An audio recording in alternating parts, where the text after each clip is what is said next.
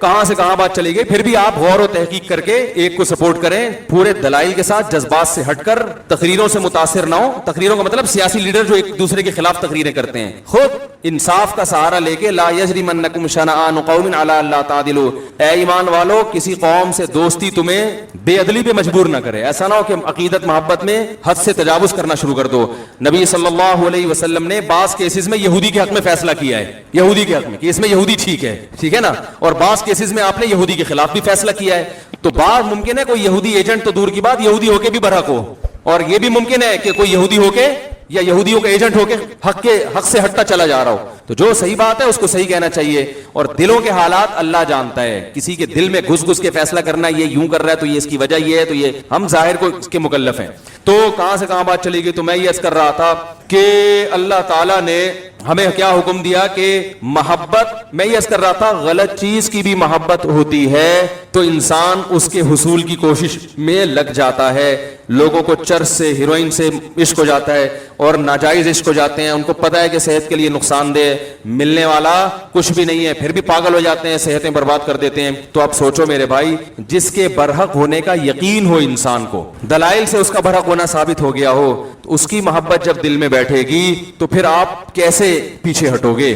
اس لیے علماء کہتے ہیں جو صوفیہ کرام ہے نا, جن کو آج کل بڑا لتاڑا جاتا ہے یہ صوفیہ ایسے ہوتے ہیں, انہوں نے صوفیہ کرام دیکھے ہی نہیں ہوتے, یہ کبھی کسی صوفی کے ساتھ رہے نہیں ہیں. انہوں نے وہ کچھ مزاروں پہ بیٹھے ہوئے جاہل صوفی دیکھے ہوتے ہیں, اور اس کی بیس پر یہ صبح و شام کلپ بنا بنا کے صوفیہ کرام کے خلاف فتوے جھاڑتے رہتے ہیں. میرے شیخ و مرشد بھی صوفی تھے, میں ان سے بیعت تھا, بزرگ تھے. وہ خلیفہ تھے مولانا عبدالغنی پھول پھوری رحمۃ اللہ علیہ کے, اور وہ خلیفہ تھے مولانا سلوی تھانوی رحمۃ اللہ علیہ کے. ہم نے ان بزرگوں کو اپنی آنکھوں سے دیکھا ہے. تو جو ہر وقت بزرگ کے خلاف بولتے رہتے ہیں نا, ان سے میں کہتا ہوں کبھی کسی بزرگ کی صحبت میں چند دن بیٹھ کے گزارو, تمہیں پتہ چلے گا بزرگ کیا ہوتے ہیں. سمجھ میں آ رہی ہے بات. بزرگ لیس زندگی انسان کو برباد کر دیتی ہے. اور یہ بھی جو میں بار بار کہتا ہوں کہ بابے جو کہتے ہیں میرا کوئی بابا ہی نہیں ہے, تو دیکھو رسول اللہ صلی اللہ علیہ وسلم نے ارشاد فرمایا, لا تجتمع امتی علی ضلالہ, میری امت گمراہی پہ کبھی بھی جمع نہیں ہوگی. اس حدیث کا صاف مطلب ہے کہ میری امت کسی بھی زمانے میں بزرگ لیس نہیں ہو سکتی. یہی مطلب ہوا نا. کیا خیال ہے بھائی, ہر زمانے میں بزرگ رہیں گے. ایک بات تو یہ دلیل اچھی طرح ذہن میں رہے. دوسری دلیل کہ صحابہ نے صرف قرآن خود سے نہیں پڑھا, یعلمہم الکتاب, ان کو قرآن اور حکمت کس نے سکھائی؟ بولو بھائی, نبی نے. تو صحابہ کا لنک کس سے براہ راست قائم ہوا؟ نبی سے. تو کیا صحابہ کے بعد کوئی بخاری مسلم خود یا قرآن خود پڑھ کے پورا اسلام سمجھ سکتا ہے, پوری ہدایت پہ آ سکتا ہے؟ قرآن میں یہ نہیں ہے کہ اللہ نے, نبی نے صحابہ کو حدیث بتائی ہے, یعلم سکھائی ہے. سیکھنا تربیت کو کہتے ہیں, ٹریننگ. صحابہ نے حدیثوں کا علم بھی حاصل کیا اور ساتھ ساتھ پیغمبر سے سیکھا بھی ہے. آج اگر کوئی کہتا ہے میں براہ راست پیغمبر سے سیکھتا ہوں, تو سوال پیدا ہوتا ہے وَيُعَلِّمُهُمُ الْكِتَابَ وَالْحِكْمَةَ, کہ نبی ان کو کتاب اور حکمت باقاعدہ سکھائیں گے. تو نبی کا کنیکشن صحابہ سے براہ راست ہوا ہے, تب صحابہ ہدایت پہ چلے ہیں. اور تابعین کا پھر کس سے ہوا؟ بولو نا بھائی, صحابہ سے. جب تابعین کا صحابہ سے ہوا, وہ بھی اس لیے کہ جب صحابہ براہ راست نہیں سیکھ سکتے تھے, ان کے لیے رجال چاہیے نا, رجل چاہیے, نبی. تو تابعین کو بھی رجال چاہیے کہ نہیں چاہیے؟ وہ رجال کون ہے؟ اب نبی تو نہیں رہے, نبی سے سیکھے ہوئے لوگ موجود ہیں, جن سے اب کون سیکھے گا؟ تابعین سیکھیں گے. اور انہوں نے سیکھا, تبھی تابعین کی جب بھی ہم سیرت پڑھتے ہیں, فلاں کی اتنے سال صحبت اٹھائی, فلاں کے پاس اتنے سال رہے, ورنہ وہ بھی حدیثوں کی کتاب جمع کر کے پڑھنا شروع کر دیتے. کسی کی صحبت میں رہنے کی ان کو کیا ضرورت تھی؟ پھر تابعین کے بعد تبع تابعین. یہ اہل حق کا جو سلسلہ ہے, روحانی باپ دادا ان کو کہا جاتا ہے, یہ سلسلہ قیامت تک چلتا رہے گا. اس سلسلے میں گمراہ لوگ بھی پیدا ہوں گے, لیکن اگر اہل حق پیدا ہوں گے تو وہ بھی اسی میں پیدا ہوں گے, اس کے علاوہ نہیں ہو سکتے. نہیں آ رہی میرا خیال ہے بات سمجھ. اس سلسلے سے جو ہٹے گا نا, وہ کبھی بھی ہدایت پہ نہیں ہو سکتا, چاہے وہ بخاری مسلم کے صبح شام حوالے دے دے کے آپ کو الو بناتا رہے بیٹھ کے. اس کا مطلب وہ غلط تشریح کر رہے ہیں حدیثوں کی, وہ ہدایت پر نہیں ہے. اب میں ان گمراہ لوگوں سے مطالبہ کرتا ہوں کہ اپنے روحانی باپ دادا کا سلسلہ پیش کرو. وہ کہتے ہیں امام بخاری, وہ کہتے ہیں امام ترمذی, آج سے 1100-1200 سال پہلے چلے جاتے ہیں. اس کا مطلب یہ ہے کہ 1500 تقریباً 1200 سال سے امت بزرگ لیس چلی آ رہی ہے نا, جبکہ یہ صحیح حدیث کے, بولو بھائی, خلاف ہے. یہ تو حدیث میں تو بزرگ لیس امت ہوگی نہیں. سلسلہ میں آپ کو 10 دفعہ اپنا سلسلہ بتا سکتا ہوں الحمدللہ, کہ میں نے کن علماء سے علم حاصل کیا, حدیث کس سے پڑھی, حدیث کا سلسلہ محمد صلی اللہ علیہ وسلم تک پہنچاؤں گا, تفسیر کا سلسلہ محمد صلی اللہ علیہ وسلم تک پہنچاؤں گا, میں جو قرآن پڑھتا ہوں تجوید کے ساتھ وہ سلسلہ نبی صلی اللہ علیہ وسلم تک پہنچاؤں گا. تزکیہ قرآن نے کہا وَيُزَكِّيهِمْ, نبی ان کا تزکیہ بھی کریں گے. تزکیہ کا مطلب ایسی تربیت کرنا کہ ظاہر باطن پاک صاف ہو جائے, انسان بن جائے انسان. یہ تزکیہ میرا ہوا کہ نہیں ہوا یہ تو میں نہیں دعویٰ کرتا, لیکن تزکیہ کی کوشش ہم نے کن بزرگوں سے کی, ان بزرگوں کا سلسلہ, پھر ان کے بزرگ کون تھے, ان کے کون تھے, یہ میں محمد صلی اللہ علیہ وسلم تک پہنچا سکتا ہوں. تو ہم ان گمراہ لوگوں سے یہ کہتے ہیں کہ آپ ایک دم جو اٹھ کے آ گئے 15ویں صدی میں, اور آپ قرآن و حدیث کے نام پہ آپ کہتے ہیں فلاں بابا بھی ایسا, وہ فلاں بھی ایسا, وہ فلاں بھی ایسا. پھر ہم کہتے ہیں صحیح سچی مچی کے بابے کون ہیں وہ تو بتا دو نا. وہ کہتے ہیں سچی مچی کے امام بخاری ہیں. اس کا مطلب امام بخاری کے بعد یا تو پیدا نہیں ہوئے یا آپ ان کا نام بتانے سے شرما رہے ہو. ٹھیک ہے نا, کیونکہ جن بزرگوں کا آپ نام لوگے نا ان میں آپ کے باپ دادا نہیں آ رہے ہوں گے, حنفی آ رہے ہوں گے یا شافی آ رہے ہوں گے. صحیح ہے نا. ہندوستان میں جتنے بھی آئیں گے سارے بزرگ آگے جا کے حنفی, سب حنفی ہو جائیں گے. اور آپ کو لفظ حنفیت سے کیا ہے چھیڑے, آپ سارا دن انہی کے خلاف بولتے رہتے ہو, تو آپ ان کو اپنے کھاتے میں کیسے ڈالو گے آپ؟ یا کوئی ایسا آ رہا ہوگا جس کے نظریات سے آپ کے نظریات بالکل مختلف ہوں گے. تو یہ خوب یاد رکھیں کہ انسان ریسرچ کے قابل یا تحقیق کے قابل یا ہدایت میں جس کو فالو کیا جائے اس کی سب سے پہلی شرط یہ ہے کہ وہ یہ بتائے کہ میں نے علم کس سے حاصل کیا, اور پھر جس سے حاصل کیا اس کا برحق ہونا کس لیے ثابت کرے اس نے کس سے, اس کا بابا کون تھا, اس کا بابا کون تھا. یہ بابوں کے بغیر آپ اس فہرست میں حدیث کی روشنی میں آ ہی نہیں سکتے جن کو ہدایت یافتہ کہا گیا ہے. نہیں یاری بات. تو یہ جو کہتے ہیں نا میں بابی نہیں ہوں, یہ خود اپنی گمراہی پہ مہر لگا رہے ہوتے ہیں. ہاں بابوں کی there are two types of باباز, گمراہ اور اہل حق. تو آپ نے ہمارے والوں کو تو سب کو گمراہ قرار دے دیا, تو آپ اہل حق دکھائیں, ہم ان کو فالو کرنا شروع کر دیں گے. سمجھ رہے ہو نا. جیسے ہم غیر مسلموں سے کہتے ہیں کہ محمد صلی اللہ علیہ وسلم معاذ اللہ اگر جھوٹے ہیں تو اللہ نے اپنے بندوں کو, اللہ براہ راست تو ہم کلام ہوتا نہیں ہے, وہ بھی غیر مسلم بھی اعتراض کرتے ہیں نا, نبی نے یہ کیا, نبی نے یہ کیا, نبی ایسے تھے, معاذ اللہ الزام لگاتے ہیں.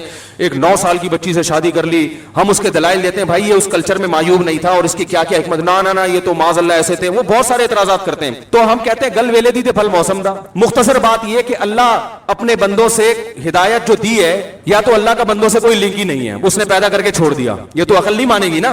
خالق اور مخلوق کا رشتہ تو سب سے پہلے ہے. تو اللہ کن باتوں سے خوش ہوتا ہے, کن باتوں سے ناراض ہوتا ہے. اگر محمد صلی اللہ علیہ وسلم جھوٹے ہیں تو پھر سچا بتاؤ کون ہے بھائی, وہ بتا سکتے ہیں. وہ جو سچا لے کر آئیں گے نا ان کے خیال میں اس پہ 20, اگر نبی پر ایک اعتراض ہوتا ہے تو اس پر 20 اعتراض ہو رہے ہوں گے. صحیح ہے نا. تو ہم کہتے ہیں بھائی اس سے پتا چلتا ہے کہ اللہ نے محمد صلی اللہ علیہ وسلم کے علاوہ کسی کو پنپنے دیا ہی نہیں ہے. تو جن بزرگوں سے ہم نے علم حاصل کیا, دین حاصل کیا, انہی لوگوں نے ماضی میں خدمات سر انجام دی ہے, میدان جہاد میں بھی, تصوف کے میدان میں بھی, حدیث کی خدمت میں بھی, فقہ کی خدمت میں بھی, تفسیر میں بھی, تزکیہ میں بھی. انہی کی راتوں کی عبادتیں. میں اپنے شیخ کو جانتا ہوں, ہمارے شیخ حضرت مفتی رشید احمد صاحب رحمہ اللہ تعالی رات میں تہجد میں 5 رکعت تلاوت کیا کرتے تھے, اور اتنا روتے تھے اللہ کے خوف سے کہ حضرت نے دعا مانگی کہ اللہ میرا رونا بند کر دے, صحت کو نقصان ہو رہا ہے. سمجھ رہے ہیں. آج تو سب سے بڑا مسئلہ ہے اللہ کی محبت میں رونا نہیں آتا. ہمارے حضرت کو اتنا آتا تھا کہ اللہ سے دعا مانگی اللہ میری یہ کیفیات بولو بھائی ختم کر دے. پھر ان کی تقریباً 20 سال صحیح بخاری پڑھائی ہے. اتنا بخاری پہ عبور تھا. بدعت کے بہت خلاف تھے, بہت زیادہ خلاف تھے بدعت کے. عقائد ایسے صاف ستھرے. ہم نے تو ان بزرگوں کو دیکھا ہے, لیکن نکالنے والے ان کی بھی کتابوں کو غلط توڑ موڑ کے کچھ بھی نکال کے ان کو بھی الزام لگا دیتے. اور ہم جب کہتے ہیں اس الزام کا جواب دینے کے لیے ہم تیار ہیں, سامنے بیٹھو, سامنے بیٹھنے کے لیے تیار, وہ کلپ بازی, ٹائم ویسٹنگ. تو یہ جو ہے نا بزرگ لیس معاشرہ, یہ اسلام کا معاشرہ نہیں ہے, قرآن و سنت کے بالکل خلاف ہے.